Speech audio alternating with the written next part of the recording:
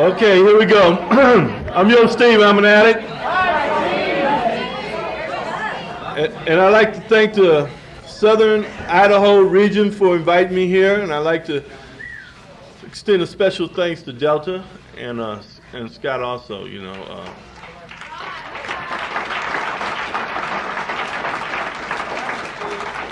And I got to tell you, probably the only thing I knew about Idaho was about potatoes and Evel Knievel,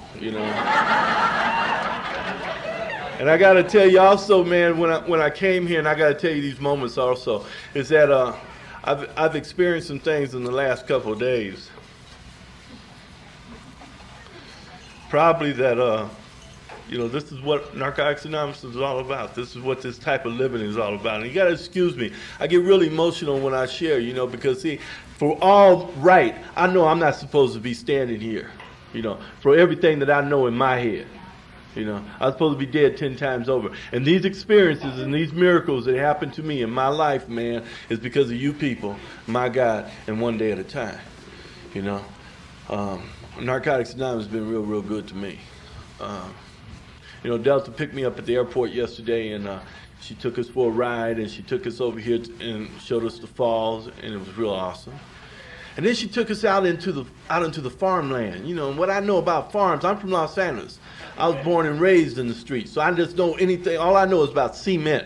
The only dirt I know is the dirt that I caused. And we went out here to this farmland. Another recovering addict had some farm out there, and she showed us how potatoes were being planted. And Kathleen was with us, and she was real excited. You know what I mean? And then, you know what? And then Delta went off somewhere. I was following her in a car, and Delta went off somewhere. And then all of a sudden, we was left in the middle of this field. And it was me and my sponsee and Delta. And I mean, that's not Delta, but Kathleen and Sherry. And we were sitting there, and I had on these, all of us had on sunglasses, And we were sitting there, and we said, damn, if the police came up right now, what would we say? You know what I mean? It looked like we're waiting on the dope man, and that's the kind of feelings that addicts have, And then when Delta came back, boy, it was right on time, Another experience that I had since I've been here, I was able to go fishing this morning. And, see, the thing about fishing, man, is I can think back, man, and the experiences I had with fishing. I had a picture of myself. I shot some dope, and I was sitting on this rock. And this person was looking up at me and said, you better catch him, he's nodding, he's getting ready to fall. And I don't even know what the hell I was doing there, But they had a picture of me. Somebody showed me that a few years ago. And this morning, what it was a big different story. It's a great big different story. Is that I was out there on the river, man. It was 6 a.m. in the morning, and you can hear the birds chirping. You can look at the sun up, man, and you can hear the feeling, man, of the calmness, the serenity that we talk about when we talk and we say our serenity prayer. The feelings, man, that people like us never get a chance to experience if we don't get to these rooms and we don't stay here. See, I smell the coffee now. It's not that I just see it, I smells it, And I like to thank you. Thank you, Delta.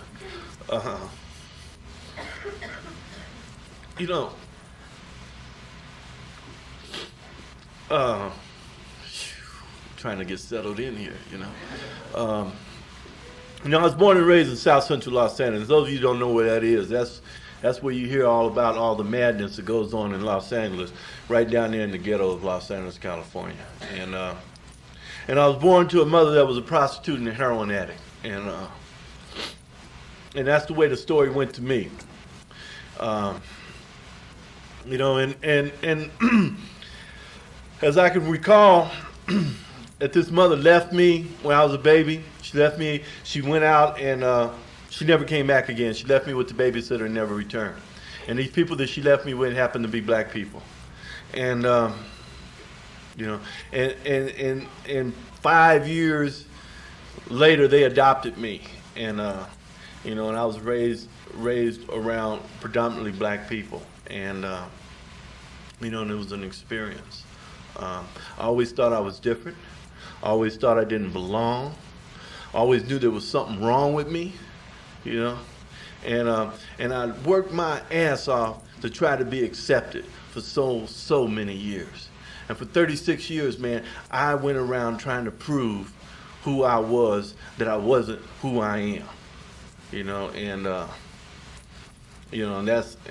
that's just what happened to me. The story went to me, man. I just found out a few years ago, and I was sharing with some people yesterday.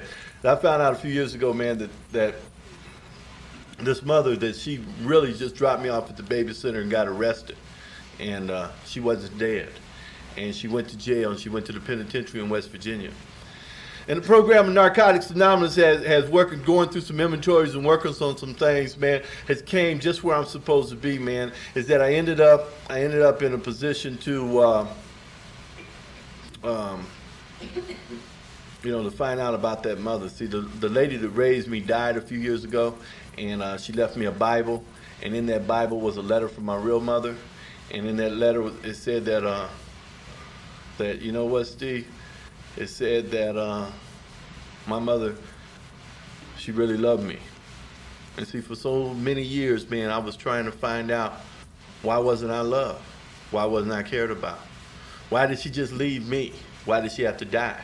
And I never felt a part of these people. I never felt a part of this society. I never felt that. I always felt that I didn't even belong here. And even today, I go through these feelings, man, even in Narcotics Anonymous. Yeah, I found out in Narcotics Anonymous I'm an addict, but my disease works on my head.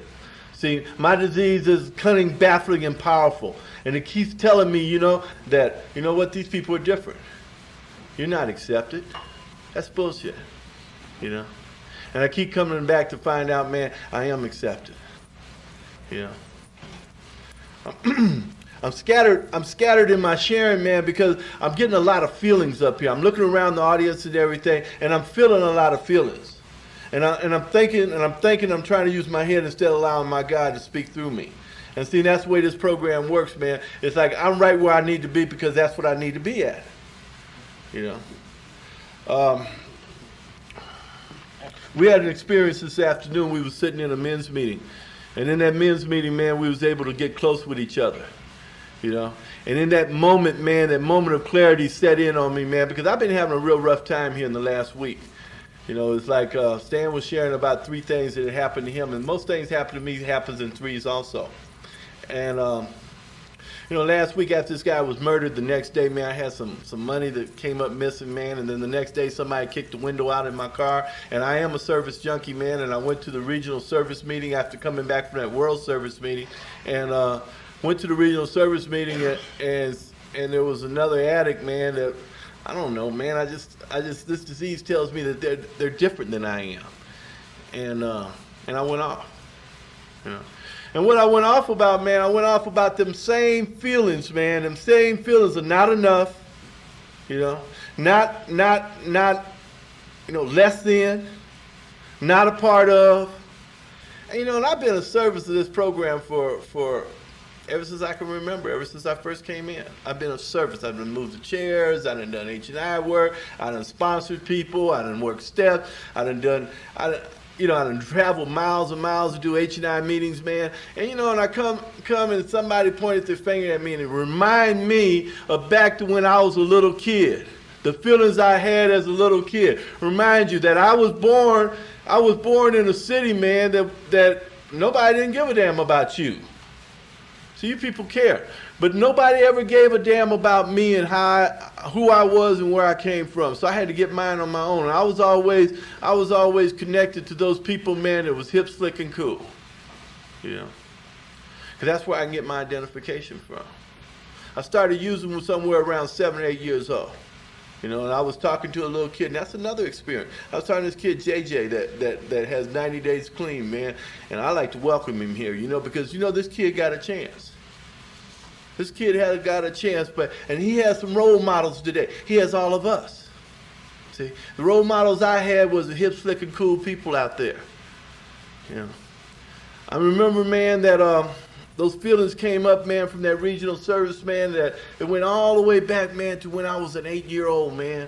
And I was in a room similar to this, and I was a little kid. And this man that was raising me, man, that I've been sexually abused, I've been physically abused, I've been mentally abused, I've been through all the abuses, man, because what they call child abuse today was back in those days was just discipline, you know. And I was one of those kids, man, that never felt like he was an automatic achiever. I was very skinny. They called me Alfalfa, you know, and those remember the Little Rascals, that's kind of who I look like. And, you know, and I had these bucky teeth and everything, you know, and I thought I was real ugly, you know. And this guy was a big old tall 6'3" guy, man, and I was a little scrawny little kid, man, and I won this award with the Woodcraft Rangers. And I can remember, man, that I was up on the stage and all the other parents were there, man, and this man came in, man. He came up and what he did, you know, he came up and he embarrassed me. You know, I like to say a little bit worse than what he did, but he really just came up and totally embarrassed me. And that feeling, man, that, you know what, I'm a little bitty kid and I look up at this giant, man, and I said in my soul, in my gut, I'll get him one day. I'm going to kill him. I'm going to hurt him for hurting me, embarrassing me in front of all these people, you know? And I cried like a little kid, man. And you know what? And I done taken that anger throughout my life. I done utilized that anger throughout the rest of my life. And every time I used it, gave me courage. And every time I put that poison in my system, it gave me an attitude. And every time I was kind of, you didn't accept me or didn't want me with you, I would get mad. And I want to fight.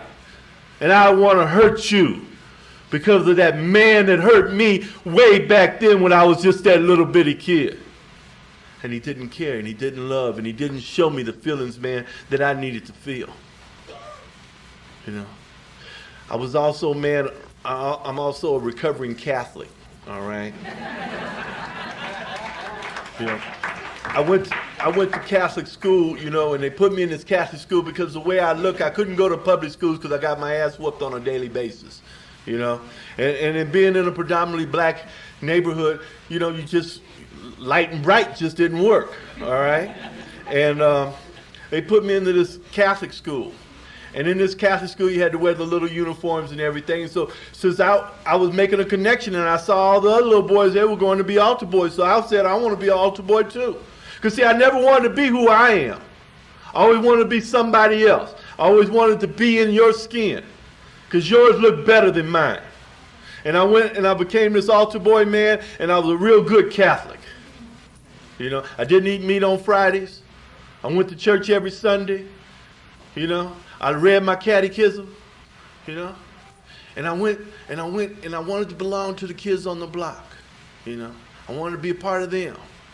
And the kids told me, if you want to be a part of us, go to Newberry's and steal a yo-yo. And I went in the Newberry's, stole a yo-yo and gave it to them, man, I still wasn't a part of them. That was another message to me that I didn't see. From inventories, I've been able to see it, you know. And what happened is that the next thing was, man, is that I went to confession on Saturday because you want to go to Holy Communion on Sunday because that's when I got to be accepted. I go to Holy Communion on Sunday and I had these big old horseshoe taps and I walk down the aisle and everybody know I'm coming and they smile and grin and everything else, you know. So in order for me to go to communion, and if I didn't go to communion, they know I'm a bad boy, right? So in order for me to do that, I went to confession. So I went to confession and told the priest, man, about me stealing, right? Man, what'd I do that for? You know, the priest, the next day I walked up and I'm smiling and everybody that seen me come in. It must have been thousands. In my head, it was thousands of people, probably about 50 people, you know. And I sat right down front. And the minister was talking about people going to hell. And I was sitting right down in front and the priest was doing his sermon, man. He said, "You're going to hell." And I felt that small, you know. And one more time, I was put back down. I was put those feelings down. And one more time, I got it put back down. You know?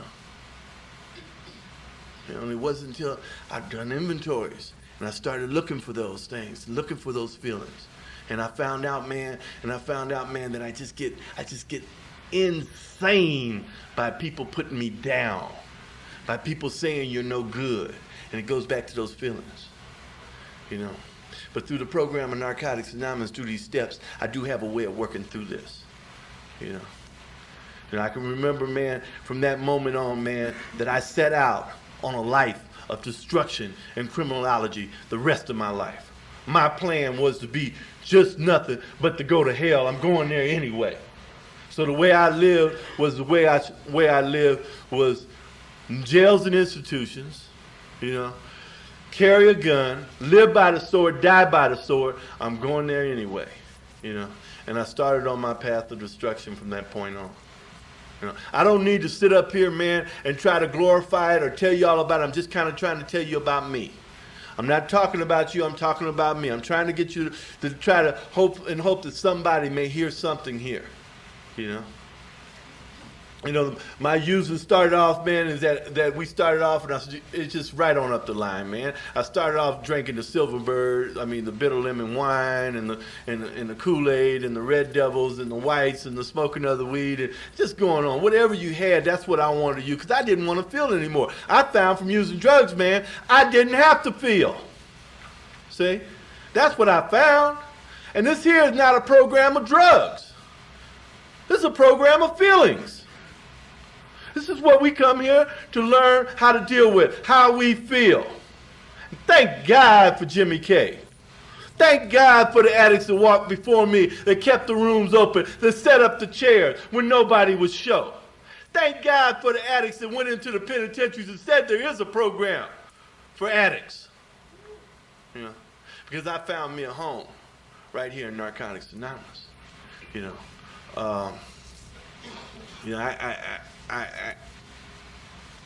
I'm also, in that criminal life I live, man,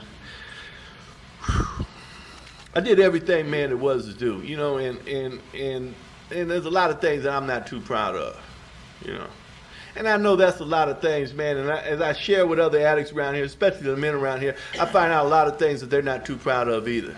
And that's okay, you know, because this is a cleaning house. It's a cleaning house and a clearing house, man, in order for you to be able to live. All that garbage, all that stuff that you put inside of you and kept way down here where we live, down here in our gut, this is the place to get rid of it.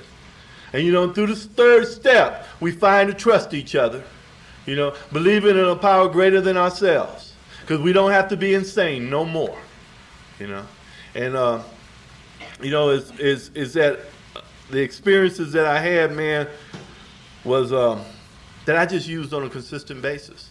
You know, I went to Vietnam also. I'm a Vietnam veteran, you know.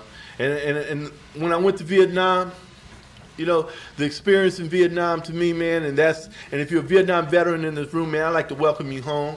Because this is the first place I was ever welcomed home was in Narcotics Anonymous, you know.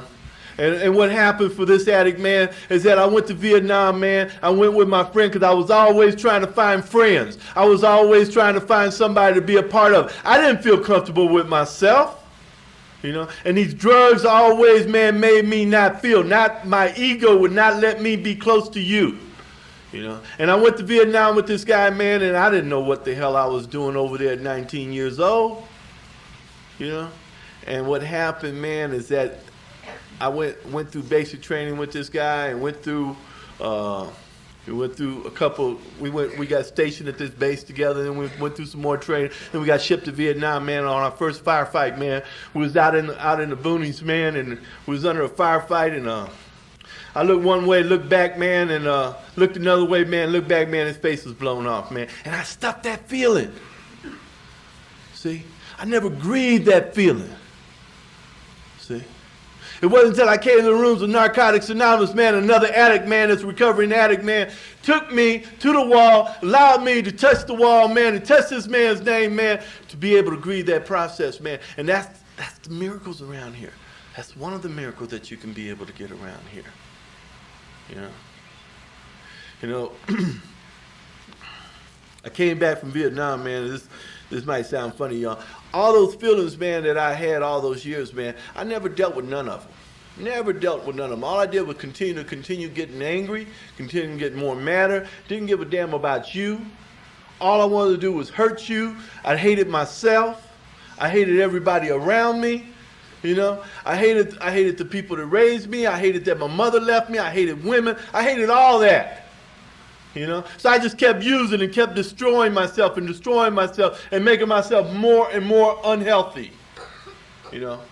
And I came back from Vietnam, man. I thought I wanted to be a superfly. I wanted to deal drugs, you know. And the superfly, man, is a guy, man, is one of them players or hustlers out there. I saw the guys on the block, and I got me a Cadillac, just like the rest of them. The engine wasn't no good, but the car looked good, you know. Sucker wouldn't go nowhere, you know. I just stood up there and just shine it all the time because it wouldn't go nowhere, you know. And I pretended to be like I was somebody, like I was some kind of gangster or something. And ever since I was a young kid, I always was a scared kid, man. And I always carried a gun. Always carried a gun, you know. And, but I never did hardly use it. I would shoot it up in the air and try to scare somebody, but I never used it, you know. And, I got back from Vietnam, man. I went through that process and started getting arrested and started getting busted and going in and out of jails, man. And started destroying relationships and friendships and destroying everybody around me, you know. And and what happened to this addict, man, is like I ended up, man, in downtown Los Angeles on 5th and San Pedro, face sunk in, 150 pounds. Nowhere to go, nobody to talk to. And I done had some things. I done had the houses on the hill. I done had the wife. I done had the baby. I done had some jobs. I done made some money. I done hustled myself to having some things around here. And what happened, man, is that I ended up, man, I just couldn't stop using. You know, and I lost all those things. And I ended up in downtown Los Angeles thinking I didn't have a drug problem, you know. Thinking that I was just going from one drug to the other drug and just using up and burning bridges as I go along, you know. And what happened, man, like I said, I ended up, man, I don't know if y'all done seen him or if you done seen him around here or heard about him, man. I ended up one of them guys that wash your windows, pump gas, and look for a handout. I was on my way here the other day, man. I was in the airport, man. I used to live at the airport. And I lived at the airport, man, because I pretended to be one of them sky caps. I stole somebody else's hat and put on the hat, man, to be a sky cap, man, to handle luggage and stuff like that for tips, you know. And I said, damn, boy, I said to myself, you come a long way, baby. And here you are on the way, getting ready to catch a plane to Idaho Falls to meet some new people, to meet some friends, to meet some people that want to hear you, that want to care about you, that want to love you. Damn, you come a long ways. You know, and that's a good fucking feeling. You know, and you know, and just to take you on back, man, and I just give you this bottom real quick. Cause see, I don't know about you, man, is that I've had a lot of bottoms. See, I had a lot of bottoms, but the one that I recall that got me to this program, man, I think I was downtown and I went to this dope house, man, one of them crack houses or something like that, and I was hanging out at one of those crack houses, and I was pretending to be the doorman. I had this broken 357 Magnum. It was broken, no fire pin in it, right? And I was still trying to be cool, still trying to hold my mug, right? And trying to get a kibble or a bit to keep getting loaded, you know what I mean? And I've been on a run for about 7 days, man, and the insanity out there, man, is that I can remember, man, using, man, 7 or 8 days, man, I would keep the cocaine, I think, in the back of my throat, and I would spit it up and try to make another rock out of it. You know? The insanity that we go through, man, just to try not to give up, just to hold your mug. You know? See, I don't know about you, I'm telling you about me. See, and I was sitting in this house, man, on this couch, man, and the guy rushed in, man. He had an 8-track, man. He put it on the table, man. Everybody rushed the table. I went up to him because he was a youngster. I said, well, he'll probably give me a kick out because I've been watching the door. I said, man, can I have something? Man, he said, get out of here, you burnt out dope fiend. Oh, man. I felt just like I felt the time when I was a kid in that church where that priest told me I was going to hell anyway. After I trusted him to tell him how I feel, he told me I was going to hell anyway.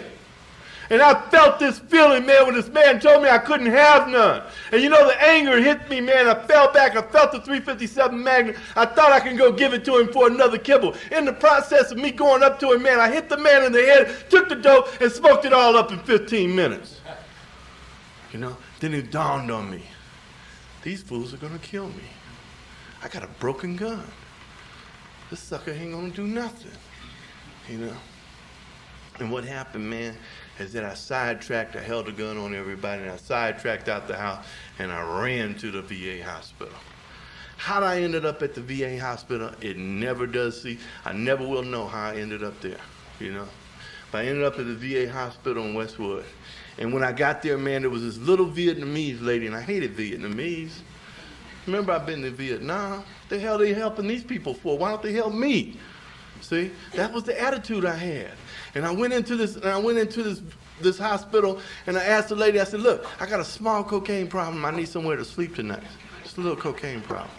The woman said, now get out of here, go, come back tomorrow, see the admitting officer and everything. I said, oh, man. But I was so afraid and so paranoid at this time to go out of that fence. And this was during the time when they was giving veterans some money on for Agent Orange, you know, and they all was camping out on the line.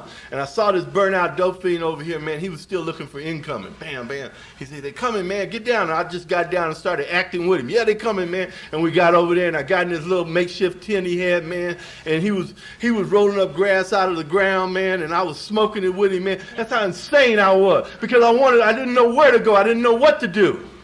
You know, and I did that for 7 days, man. I hung out with this dude for 7 days, man. And all of a sudden, man, it just got so overwhelming, man. And I took this bag with this bottle in it, and this brown paper bag, and I went back in the VA hospital, and I looked around, and I saw this security guard over there. I said, well, blow this place up if somebody don't do something in a hurry. I got a big dope problem, you know. And quite naturally, they strapped me down, put me in all fours, and put me into a coke section, you know. Right where I needed to be, you know. And just before I went out, man, they gave me a shot of Thorazine, man. This doctor put his hand on my head, and he told me, you're going to be all right. And, you know, I don't know what it was. I don't know if it was intervention, and I don't know what happened, but before I went out, man, is that for some reason I felt safe. Because, see, man, where I come from, man, is that I've been handcuffed. I've been beat down. I've been had the paper bag over my head. I've been tied up, man. I've been all these things, man. But for the first time in my life on that gurney with on all points 4, man, with the doctor putting his hand over my head and telling me, oh, I'm going to be all right, I had a feeling of hope. And you know, and that was September 16th, 1986. And I haven't found no reason to go out since, you know. And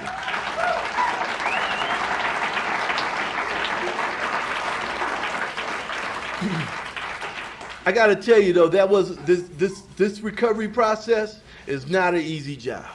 It's not easy by no means. You know, 3 days later, man, they put me up into a 28-day treatment center. 14 days later, man, I get this attitude, man. Remember, our first step says we admitted that we was powerless over the disease of addiction and our lives are unmanageable. It does not say we are powerless over heroin. It doesn't say we're powerless over cocaine. It doesn't say we're powerless over alcohol. It says addiction, obsessive compulsive using. That's what it says. It says we have a disease. It makes us dis-ease, you know? And that's what our first step says. In 14 days, man, I have a disease to tell me I don't have a disease. I got some new clothes, man. Remind you, I was 150 pounds. My face was sunk in. My hair was down on my back. I have an 8 and 9 days. I was wearing the same clothes for 9 months. You know, in 14 days, I got some clothes. They gave me a haircut. I took a bath. I was starting to feel good. I was starting to look good, man. I look in the mirror, man, and I said, now, I can go back out there again.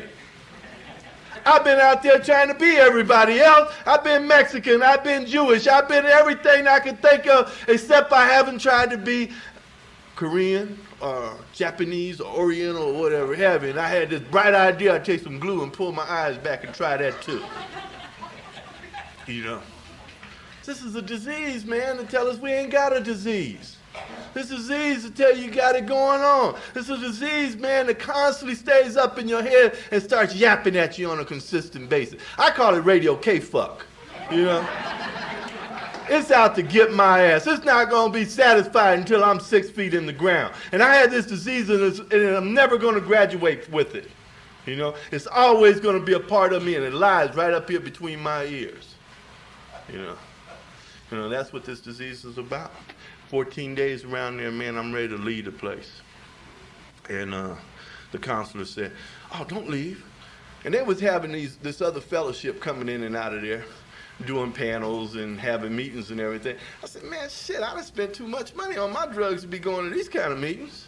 You know, they got liquor stores on every corner. You know, this ain't for me. This is for them other people. I ain't did what I done. He said, well, there's going to be a Narcotics Anonymous. Narcotics Anonymous? What does that mean? I said, well, maybe there may be somebody that I can get a sack from, you know, and I can get up again before I leave. So I'm going to hang around. And you know what, man? It happened to be 3 addicts that come into that room, man, and they sat at the front of the place, man. And, you know, and this one guy told my story, you know. And see, being the addict that I am, being the self-centered addict that I am, man, I thought, this is what I thought. And remember, this is my thinking, you know. I thought that this guy was my long-lost brother since I'm adopted anyway, you know. And he was telling my story and he lives in West Virginia. So I slid up to him after the meeting, man. I said, say, man, what's your last name? And he said, my last name's Attic and keep coming back, you know. Oh, man. That was my first resentment in Narcotics Anonymous, you know what I mean? You know, that was the first time, man, that I felt, hey, man, smart ass, don't he know who I am? Don't he know I'll take his head off? Don't he know, man, where I come from, what street I come from? I'm a gangster. I'm a regular. I'm known all over the city as a bad actor. You know?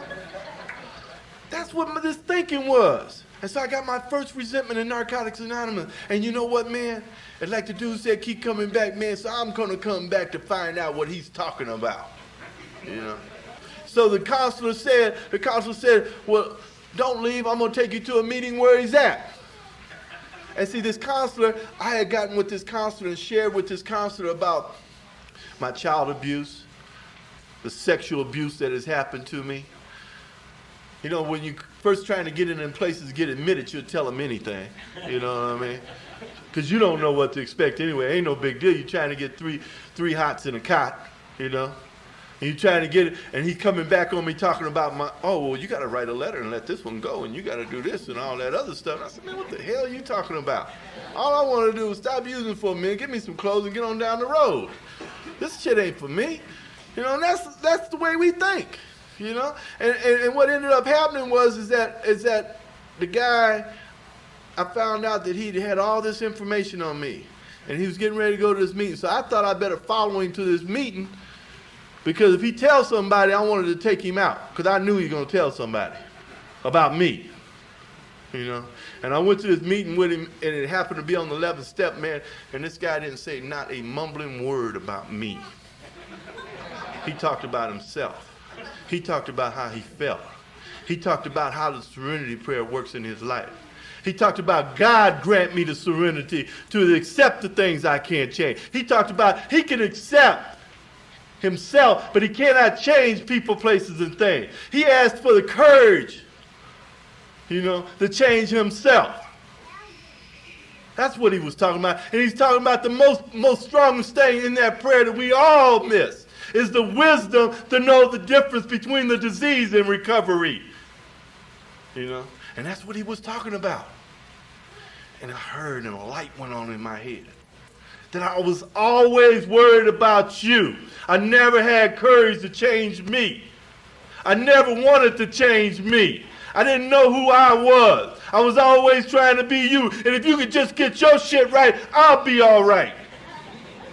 That's where I was coming from, you know? And what happened, man, is that them people, they gave me a newcomer chip, man, and they told me to keep coming back and sit down and shut up. You ain't got nothing to say, you know? And you know, and what happened, man, is that This counselor, man, he took me back, and I stayed at that treatment center, man, 28 days. And then I ended up getting into one of those recovery homes, what they call clean living homes. And in that clean living home, man, I ended up being in a home. And see, that's why I say my God puts me right where I'm supposed to be, because that's where I'm supposed to be, because there's a lesson for me to learn. You know? And what happened, man, is that I was in one of those homes that everybody was using except for me. See? And I had talked to this guy that I thought was pretty cool, that I asked to be my sponsor, because he kind of sounded like me, and he kind of walked, and he leaned up on the wall and everything, and kind of cool. And I asked him to be my sponsor. One thing this guy did, he came and picked me up every day and took me to a meeting, you know. And I asked him to be my sponsor, man. And what happened, man, is that, you got to watch yourself around this program and putting people up on pedestals, you know, especially sponsors. You got to remember, man, that addicts are addicts, you know. And all of us suffer from this disease, this cunning, baffling, powerful disease, this disease that waits on your ass. It's out to terminate you, just like the Terminator, just keeps coming back, you know. And, and this guy, man, he started working with me, man, and he took me back and forth to meetings, man, and I messed around, man, and he used to tell me things like, you know, you gotta work these steps. I said, yeah, okay, I'll tell them to you, you know, 'cause I'm still cool, still had this street stuff to me, you know, I was still not wanting to deal with me, you know, and the coolest thing about addiction, man, is that when they tell us to do something, we want to watch somebody else do it first, you know, and we want to know how they did it, and we want to listen, then we still got reservations. See, I was going around here 3 years in recovery, man, and ain't worked a step. I talked to them, I mimicked them, I read them in the book, you know. I can go to those step studies, man, and talk real good shit about the steps, because that's what I heard you do. I always been like y'all. I kept on watching you and see what you do. I just did what you did, you know. And what happened, man, this addict that I put on this pedestal, man, that was my sponsor, had been using all the time he was sponsoring me. And, and it was real devastating. I had 3 years clean, and I woke up, he called me one morning and told me that. And, the self-centered addict I am said, how dare you, you know? Don't you know who you was sponsoring? You know? How am I going to tell anybody you've been using? All them secrets I done told you. All them steps. And I ain't really worked no steps. I done, did some stuff, pretend like I done did some stuff. But I ain't really got honest. I ain't really found out what a second and third step was about. I didn't know that we came to believe in a power greater than ourselves could restore sanity. I heard that, but I didn't have no higher power. I didn't know that the people in these rooms that kept coming back with these clear eyes and these good skinned face and these good jobs and stood tall and gave me hugs was the power greater than myself. I didn't know, man, from your sharing your strength, your hope, and your experience that I would be able to be not insane behind it. I didn't know that one addict helping another is the most powerful tool that's in Narcotics Anonymous, that it can keep me from using on a daily basis, and I can come out of the insanity that I've been living in for so long. I didn't know I can get relief from that. Because every time I'm a drama king, every time something went wrong, I prick my finger, I got to go to the meeting and talk about it. Oh, guess what happened? That kind of shit. Everything was drama, But it wasn't about me, it was about you. I was putting it all on you. It was your fault.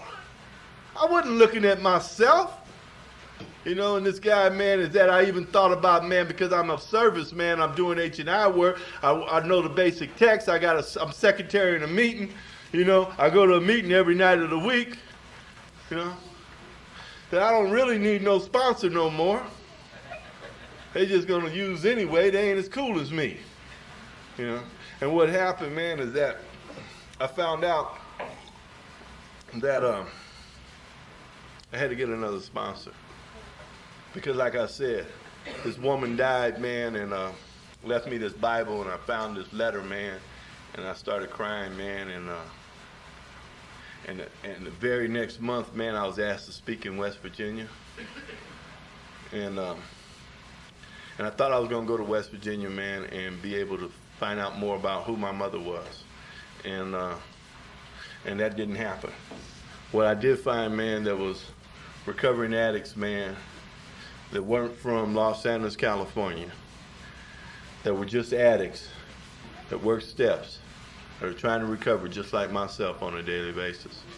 You know? And today, I got a sponsor who has a sponsor that works a program on Narcotics Anonymous and goes to meetings, you know. And I suggest that if you don't think your sponsor is the best sponsor in the world, you better get another one, you know, because that's the way I feel about my sponsor, you know. And my sponsor has started me on the steps, like the steps should be worked. I highly suggest that if you don't go to a step study in your regular program of meetings, you need to go to a step study in your regular program of meetings. The steps is the way to recovery. I heard Dan when he came up here and read the steps and how important they are to him. That's how important the steps are to me. Because the steps have found me and showed me to where today I can look into the mirror and realize who this addict is. And understand that I am okay to love me today, which allows me to love you. And that's important. You know, we come, you know, through the third step. I went back through the steps again and I found out that it wasn't about the dope. I didn't hear about the dope in the beginning. I found out that we admitted that we were powerless over the disease of addiction and our lives unmanageable. And I got into that. I found out that it was about addiction. All right? It was about a disease that I had. I went into understanding then by coming to believe in a power greater than myself. And for a long time, I found these rooms to be the power greater than myself. For when you guys come in unity and when you guys come together, man, and have these meetings and have these rooms and share love and share empathy and share emotions, that this is the power that restored me to sanity. This is why we celebrate our recovery at conventions, you know. I also understand that when we made a decision to turn our life and our will over to the care of God, it's not the same God that I had when I was a kid. This is not what it's about. That came from misinformed people as far as I'm concerned, and I don't mean to offend nobody in here. This is a spiritual program. And when I made a decision to turn my life and my will over to the care of God as I understood him for me, not for you, but for me, I had to get in touch with that. And I wrote about that. And what happened for this addict, I found out my God was inside of me. See? My God leaned me to doing right. You know? The addiction leaned me to do wrong. And see, and my God works through each and every one of y'all. When y'all come in here, man, you ain't talking about copping. You ain't talking about who you're going to knock off and who you're going to rob. You ain't trying to put no capers together. You're talking about love, caring, and sharing. I know my God is working in my life. See?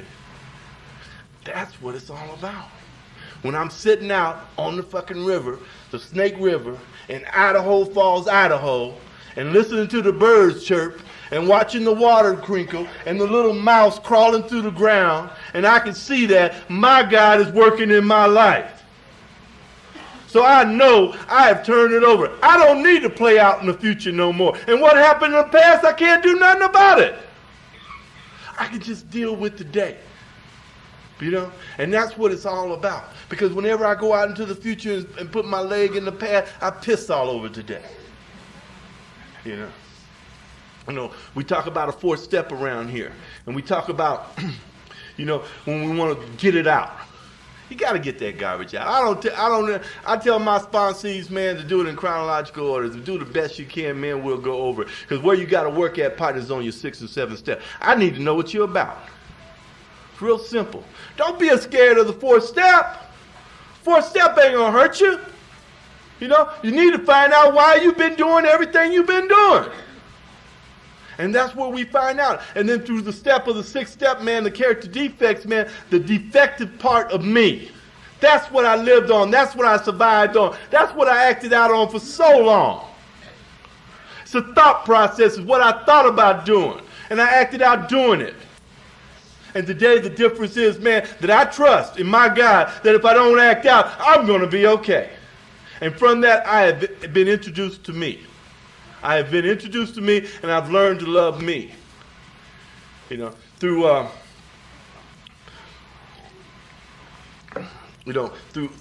8th step, I've been able to make a list. And I think I was listening to someone share about it last night or something, man. That this is just my belief, and it doesn't have to be your belief. This is how I worked it, and that I made that list. And see, I don't go out looking for them dope dealers, man, that I used to mess over. I don't go out looking for them people. When it's time for me to deal with I'm sorries and my apologies, they show up. When it's time for me to deal with those financial amends, I make money to deal with them. It ain't in my control. I don't have to control that. I have a spiritual program, So I've been able to get out of the way and allow that to happen. I just was willing to make the list, So I don't have to be devastated behind it, My 10th step, man, tells me on a daily basis, man. On a daily basis, man, I have to put myself in check. Because this disease does not wait for me to write no 4th step. This disease does not wait on me. Every day, man, I wake up, man, if I forget where I came from and who I am, the disease takes off one more time. And through the 10th step, I've been able to deal with that on a daily basis. I sought through prayer and meditation to improve my conscious contact with my higher power. And what has happened in that, man, in that step for me, man, is that I have come to an awakening. The awakening I have come to is that this addict has started to find out what is his reason for being on this earth. I'm simply here, man, to carry a message. My God saw fit for me to pull me out of the gutter. And you got to remember this, man. We're the chosen few. Everybody don't get an opportunity to drink our coffee, sit in our chairs, come to our conventions, hug a newcomer. Everybody don't get this opportunity. We're only here because of addicts who couldn't get here. And then we turn our back on it, on this program. We turn our back on this life. It's amazing. And I have sought that I know that I'm only here to carry a message of hope and freedom from active addiction. And after that, and having had a spiritual awakening as a result of these steps, we try to practice,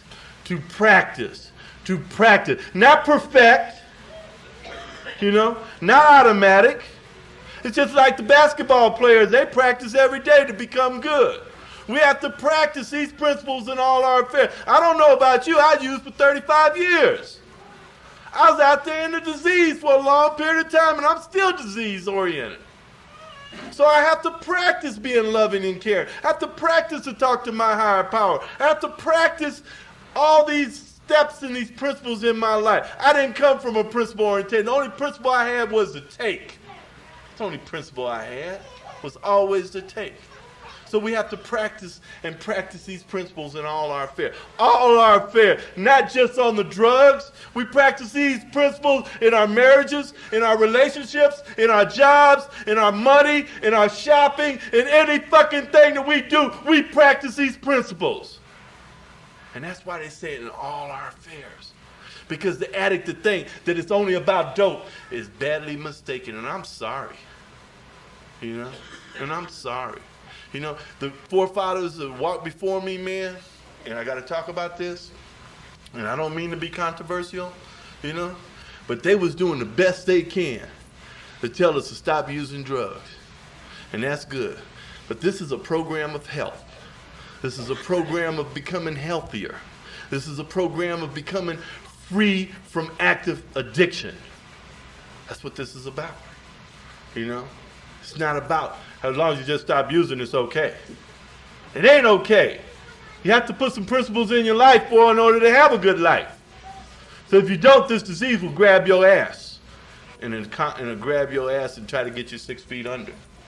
And I got to talk about some miracles that happen around here. You know, and I'm just going to go over some of the things that I've heard. You know, there was a workshop today on emotions, you know, and, you know, that's a good workshop. You know, and feelings is one of the things this addict don't know how to deal with too much. And I have learned to deal with emotions from y'all. I have learned to deal with these feelings from y'all. And it was real cute because they did a little skit and they had people thanking for this guy, you know what I mean, Randy, wherever he is, and they were thanking for him. And you know, that's just exactly how this disease works. You know, but you know what I done found out around here, man, that my emotions run very high. You know, my emotions run very, very high, man, because you know what, for the first time in my life, man, I done found somewhere that I can be loved at. I done found somewhere I can love at. I can find somewhere, man, that I can care for other people, man. And when you're crying, man, I cry. When you feel, I feel. You know? I done learned something about empathy. You know? I done learned about when you're not in that place, man, my shit don't mean nothing. I can hear you now. You know? I listened for a long time. I never did hear nothing.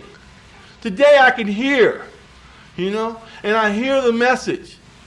And that's where my emotions start to climb. Because this wasn't made for me. I never in my wildest dream ever would have thought I'd be sitting in Idaho. You know, talking to some people, man. Let's known go out on a farm. Do I look like a farmer to you? Hell no. You know? But that's a good experience. My guy got me where I'm supposed to be. I was just sharing with Kathleen about, you know what? This is the simple life. Y'all got it great. This is real simple. I'm supposed to be here. Not for my ego, not to be speaking, but to be here. Man, get to know me. Let me know you.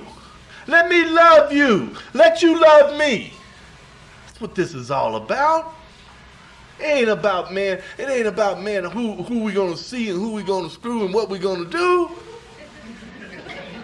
It ain't about shaking your tail feather and all that other good stuff. This is our celebration, man, because we're addicts, man. We're addicts, man. We're not talking about robbing and stealing and hurting and killing and, you know, and all that stuff anymore. You know?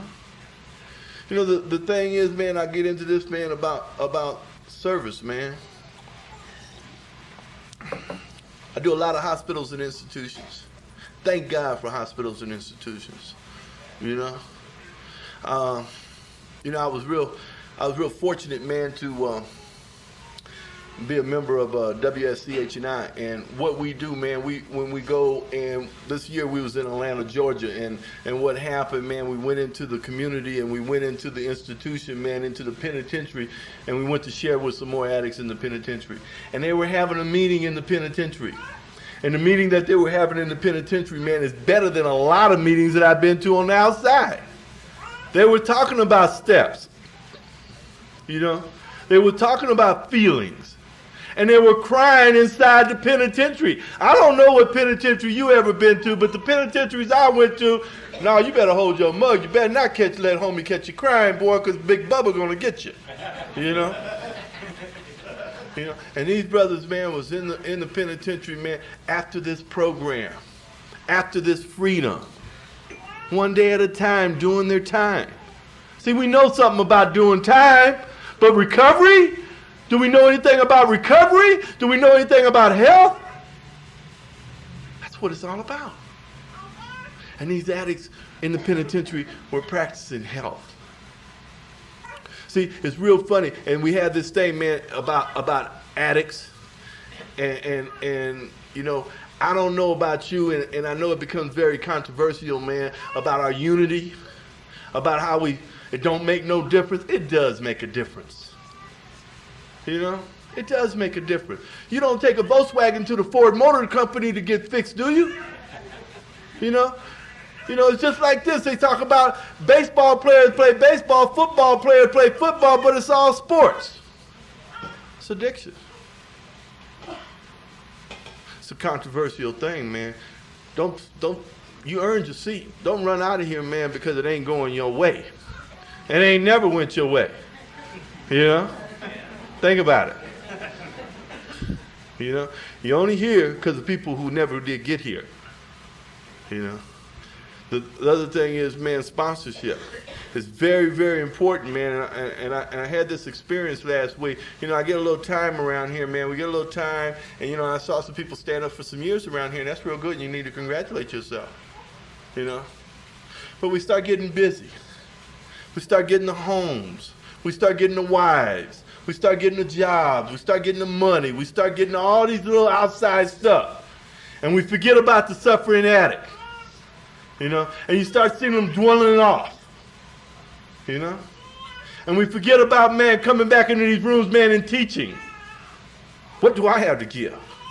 What you have to give is the experience of your recovery.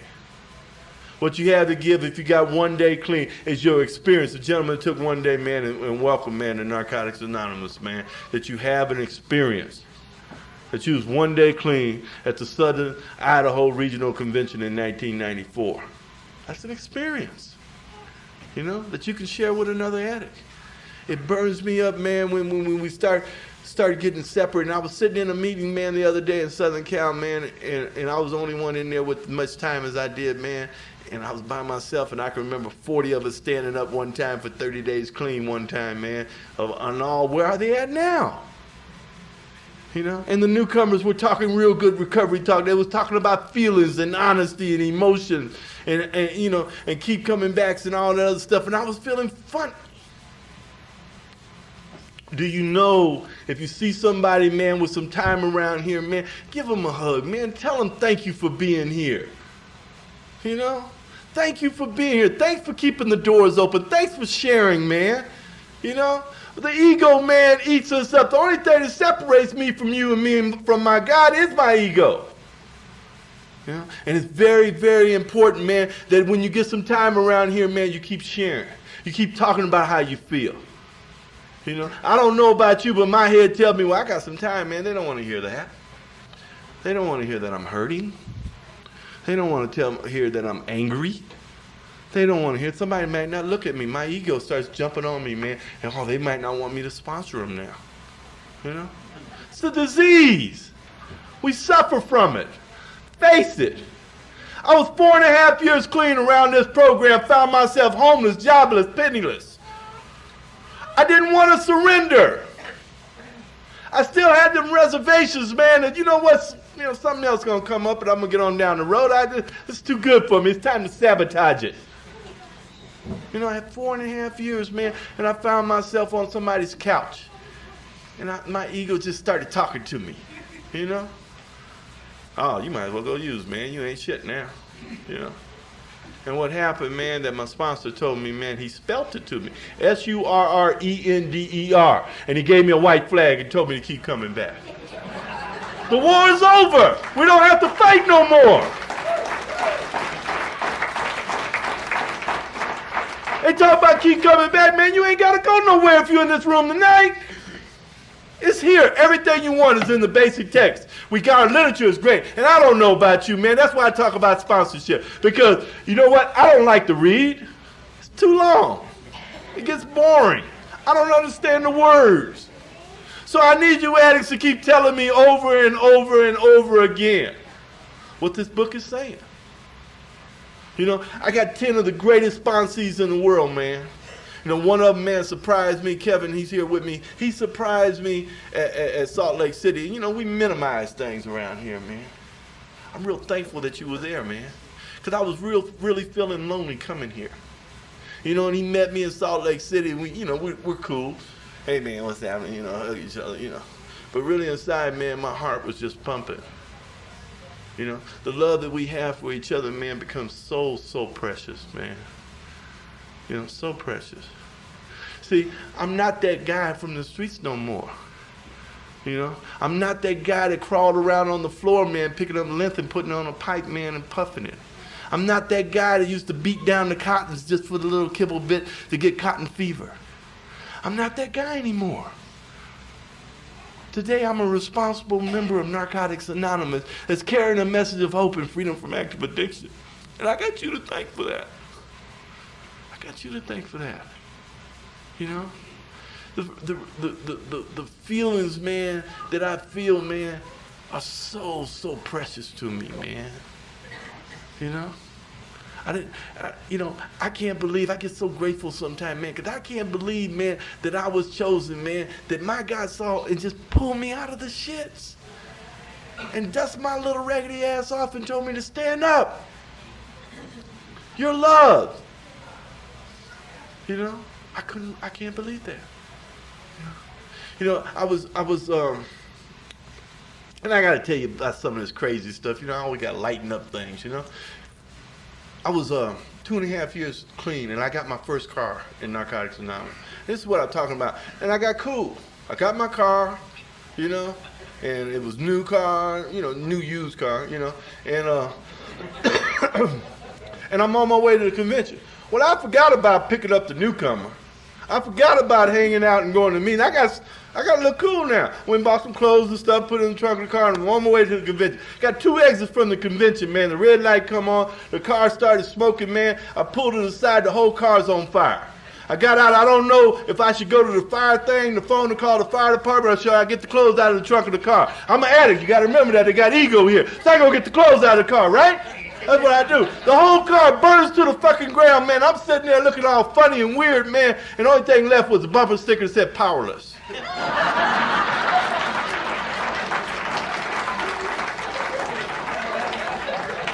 I'm looking for sympathy. They got addicts that's driving by, man, because I done started isolating myself because I'm so cool. They just waving at me as they driving by.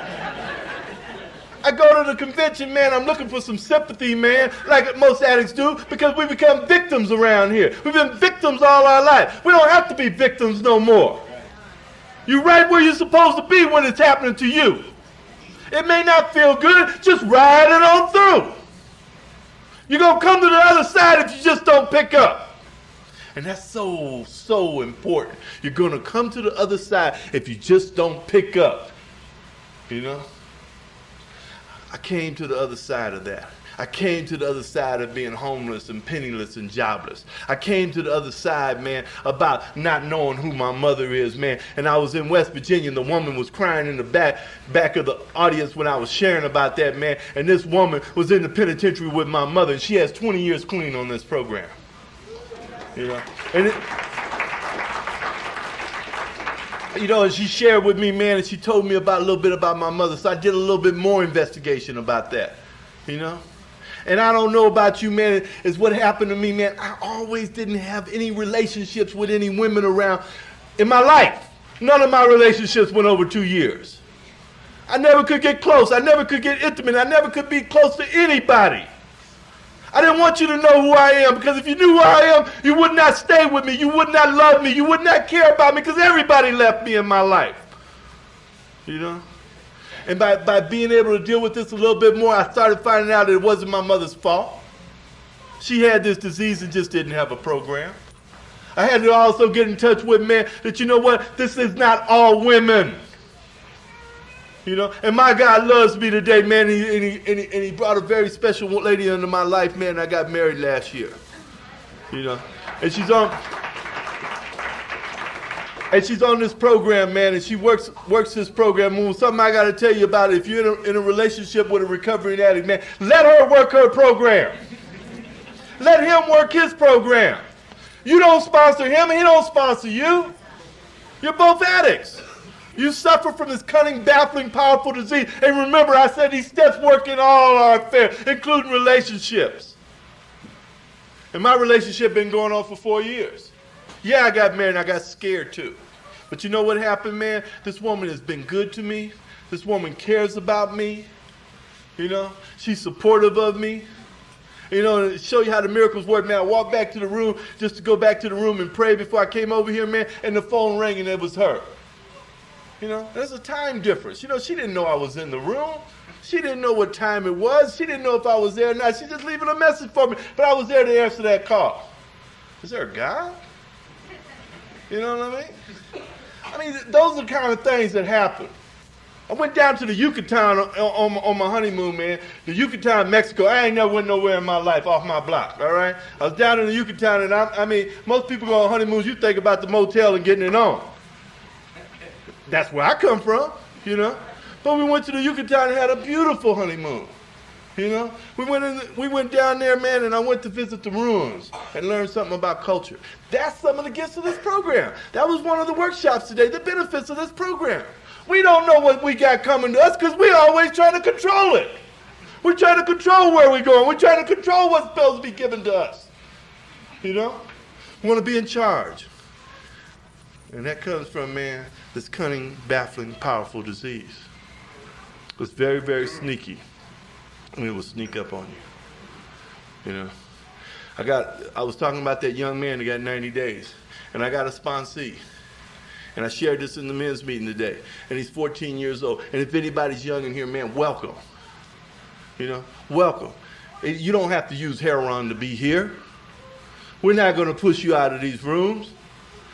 This kid, 14 years old, man, is going to have 5 years in August. He graduated, his father died on him, he graduated from high school, and we, his brother, and members of Narcotics Anonymous were there for his graduation. You know, and now he's going to college. You know?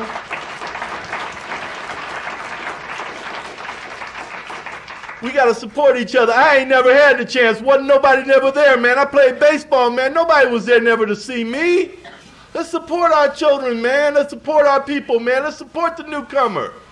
Let's tell them that they're all right. Let's tell them that they're welcome. Let's tell them they did a good deed. Let's don't put them down. Let's don't tell them they fuck-ups. They've been told they was fuck-ups all their life. At least I was. That's what we got to do. That's why sponsorship is so important. That's why one addict helping another is so important. You know? Yeah. I don't know, man. I just wanted to really get you to think, man, that, you know what?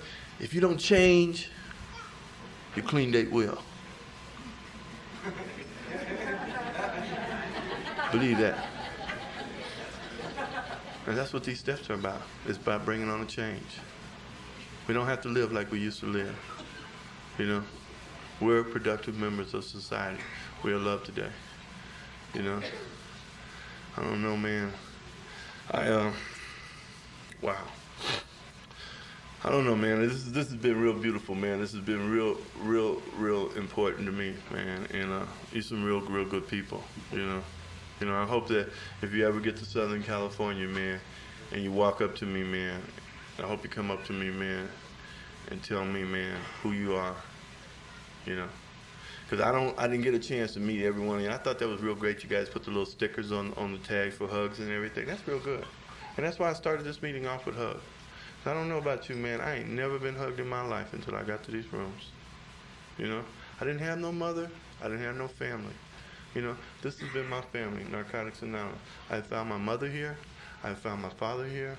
I found my relatives here, my brothers, my sisters. And y'all has loved me until I could love myself. And today I love myself. You know, if you got reservations about this program, man, if you're trying to figure this out, don't figure it out. You know, you're right where you need to be.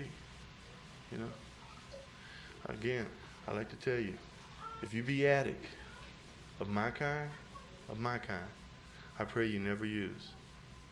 But if you use, I pray you're not an addict. Thank you for letting me share.